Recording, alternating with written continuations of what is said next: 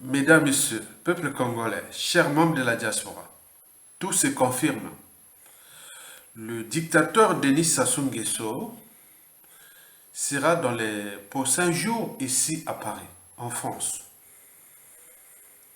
Et pourquoi faire? Ce n'est pas sorcier.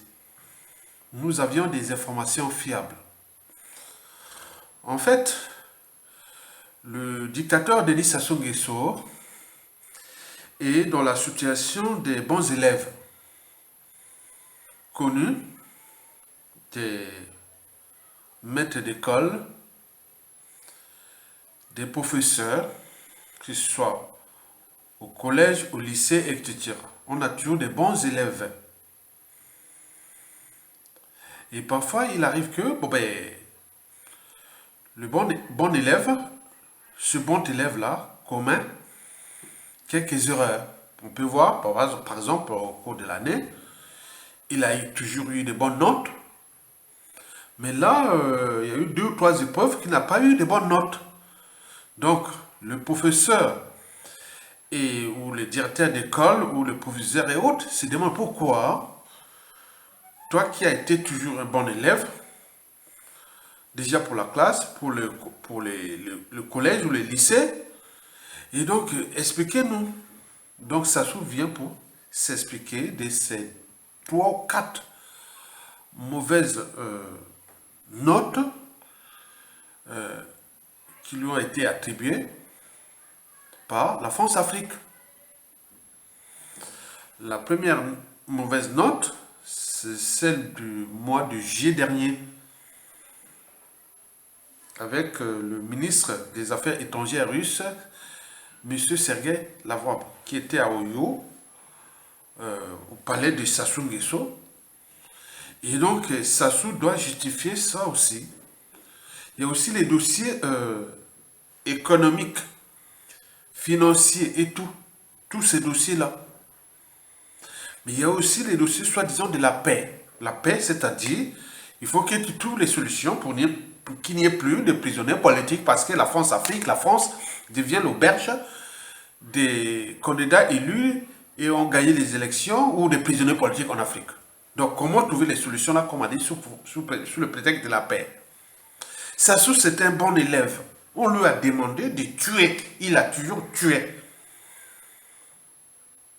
On lui a demandé de voler, laisser voler ce pays, piller ce pays. Il a toujours obtempéré. Il a fait tout ce que la France-Afrique lui avait attribué comme mission au sommet de sa pyramide. Donc vous voyez que depuis les coups d'État, Sassou a tout volé, Sassou a tout emprisonné, Sassou a tout tué, même en exil, on est traqué, les gens pas de passeport, pas ceci, voilà. Donc vous imaginez, ça c'est l'ADN de la France-Afrique, on l'a attribué à une mission. Pourquoi tu cherches à virer à 180 degrés au risque de se retrouver comme beaucoup d'autres avant toi? Donc c'est ça qui vient d'expliquer. Tu es un bon élève. Tu as toujours fait ce qu'on t'a demandé. Il n'y a plus d'humanité à l'échelle du Congo. Les Congolais n'ont d'humanité que leurs caractéristiques physiques. Il faut les traiter comme des sujets, des indigènes, des esclaves et du bétail humain, ce qu'il a toujours fait. Mais pourquoi Sassou Nguesso perd-il le pied avec ce qu'on lui a toujours demandé de le faire? Vous savez, avec la France-Afrique, c'est le jour ou la nuit. Donc, tu peux pas changer comme ça. Sauf que tu as autorisation. Donc, il viendra expliquer qu'est-ce qui ne va pas. Au moment où le contexte France-Afrique à caractère géopolitique et géostratégique devient problématique, puisqu'on a fait trop de mal à ce pays-là, à ce peuple-là, sur le fond de chaîne. Au pays là-bas, comme de la diaspora, on essaie de fracasser ces Congolais-là partout. On les bouscule, on les traque, on les a embellis. On l'a laissé sans éducation, sans soins, sans sécurité, sans pouvoir d'achat. etc., etc. Tout un pays vendu à la découpe. Le pays, le Congo là, est vendu à la découpe. Les Congolais ne sont plus des citoyens de leur pays. Ils sont étrangers dans leur pays. Et tu as fait cette mission. Mais pourquoi? Tu cherches quoi? Il faut continuer dans ta mission. Sassou Nguesso, ce qui m'a convaincu, il faut continuer dans ta mission. On est là pour détruire ce Congo-là, ces Congolais-là. Pourquoi? Qu'est-ce que tu veux encore? Tu veux que au moment où tu rentres là, nous, on vient t'éjecter. Donc il va venir supplier, il va dire, ah oui, j'étais un bon élève, je reste un bon élève. Bon, trouvons les solutions pour qu'on puisse s'en sortir de là. Bon, l'histoire des Russes, oublions-le, oublions-la, oublions aussi pour ça. Bon, mais l'histoire des Mokoko, bon, on ne va pas les laisser mourir en prison, parce qu'il y a aussi des gens qui sont dans ce pays, qu'au moment que je vais chuter, que ce soit mon clan, mes amis, ou autres, quand ils seront à cette situation, beaucoup vont crever en prison, parce que les mêmes causes créent les mêmes effets. Parce que Sassou Nguesso, ou des clans autres, comme dans ce pays, les gens se préparent à les laisser mourir aussi, crever en prison, comme l'ont fait aux autres. Donc, c'est un peu des mesures compensatoires. Parce qu'on sait bien comment tu es arrivé au pouvoir avec notre soutien. Au moment où tu n'auras plus notre soutien, Sassou Nguesso, qu'est-ce que tu vas faire? Donc, tu es obligé. Nous, c'est la France-Afrique, c'est comme dans la mafia. Vous trouverez tout dans la mafia, sauf la sortie. Donc, tu dois continuer dans cette entreprise-là, tu es dans l'entonnoir. Donc, continue à détruire ces indigènes, ces Africains, ces Congolais, voilà, c'est du bataille humain. Fais ce que tu veux, pourquoi tu vas chez les Russes? Laisse-nous en gérer ça avec avec notre confrère américain. C'est pourquoi tu dois te mêler à ça? Tu n'es pas un président, tu es un gouverneur. Ben oui, le gouverneur n'est pas élu. Tu n'es ni un président de fait, ni de droit. Président de fait, c'est autoproclamé, qui sait bien qu'il est arrivé par lui-même, ou de droit, c'est-à-dire voté par le peuple. Là, tu n'es rien, tu n'es qu'un gouverneur. À tout instant, on peut t'enlever. Mais pourquoi tu joues au président? Toutes les missions qu'on t'a attribuées dans la zone France-Afrique, sur différentes échelles, déjà à l'échelle de votre pays, dans la sous-région du bassin du Congo, à l'échelle continentale, c'est nous qui te demandons de le faire. Pourquoi tu cherches? Macron va certainement, bon, il respecte quand même les vieux, même si Sassou ne respecte pas les vieux au Congo. Macron va certainement, certains appellent à bousculer comme ça, même les gifler. Sassou Nguesso, dans ces conditions-là, il va sortir, il va dire, ah oui, là, voilà. Donc, on ne sait pas ce qui va se passer. Mais c'est une affaire entre Sassou Nguesso et la France-Afrique. Sassou Nguesso sait bien que son bilan est positif contre nous, peuple congolais, contre notre pays, mais positif pour la France-Afrique. Maintenant, comment va-t-il gérer ça?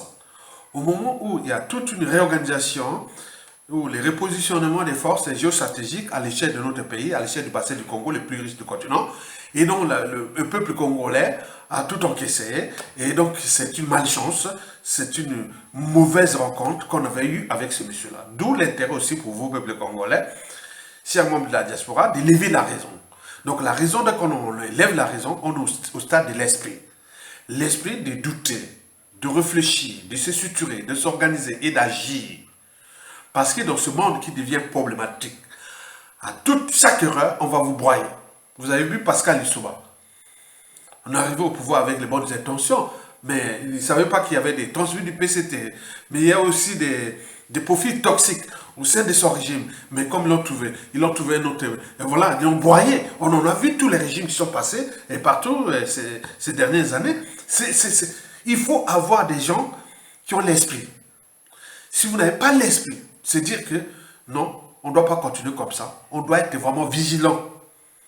C'est une vigilance accrue. Et cette vigilance passe par la raison, le sens de la résilience, la capacité à surmonter les épreuves, le sens de l'intérêt général. Et à partir de là, tout le reste, vous pouvez déjà vous défendre dans un monde déjà devenu complexe. Donc, si vous laissez des individus toxiques qui continuent à polluer la diaspora, même au pays, vous serez toujours dans la merde. On va être dans la merde. C'est un monde qui va devenir très dangereux. Et surtout, Sassou Nguesso a fabriqué des profils qui, aujourd'hui, dans toutes les familles, dans toutes les tribus, et de tout le monde. Les gens parlent du nord au sud. Non, comme moi, je regarde en termes de neurosciences, de psychologie, de psychanalyse, d'éducation, de plein de choses comme ça. J'ai dit non, nous sommes en danger. Et les dangers, toutes les tribus du Congo. Du nord au sud, de l'est à l'ouest, dans toutes les familles. Parce qu'on a été entraîné, conditionné au comportement liberticide, antidémocratique, antisociaux, immoraux, dissolus, criminogènes, et même de l'effet spectateur, et même de la soumission, et même ceci, ça fabrique des loups. Une fois que ces gens ont les moyens de pouvoir, c'est fini, ils deviennent comme Sassou Nguesso. Donc nous avions 3 ou 4 profils de l'après Sassou Nguesso. Il y a un profil qui sera peut-être plus dangereux que Sassou Nguesso. Il y a un deuxième profil qui sera peut-être comme Sassou Nguesso. Il y a un troisième profil, sur les 5, disons sur les 5, celui-là peut-être sera, il va aller quand même du côté de la raison, de voir des choses, peut-être écouter. Il y a un quatrième profil, peut-être ce sera un homme d'État qui sera là, qui va structurer ces choses-là, qui je dis entre l'ordre, la justice, le devoir de mémoire, l'éducation, la morale, et n'oublions pas l'économie et le développement soutenable. En tenant compte des équilibres qui se jouent actuellement. Peut-être encore un super génie d'un homme politique du Congo, civil ou militaire, on ne sait pas. D'où l'espoir. Donc, Olonga, à bientôt. Merci beaucoup.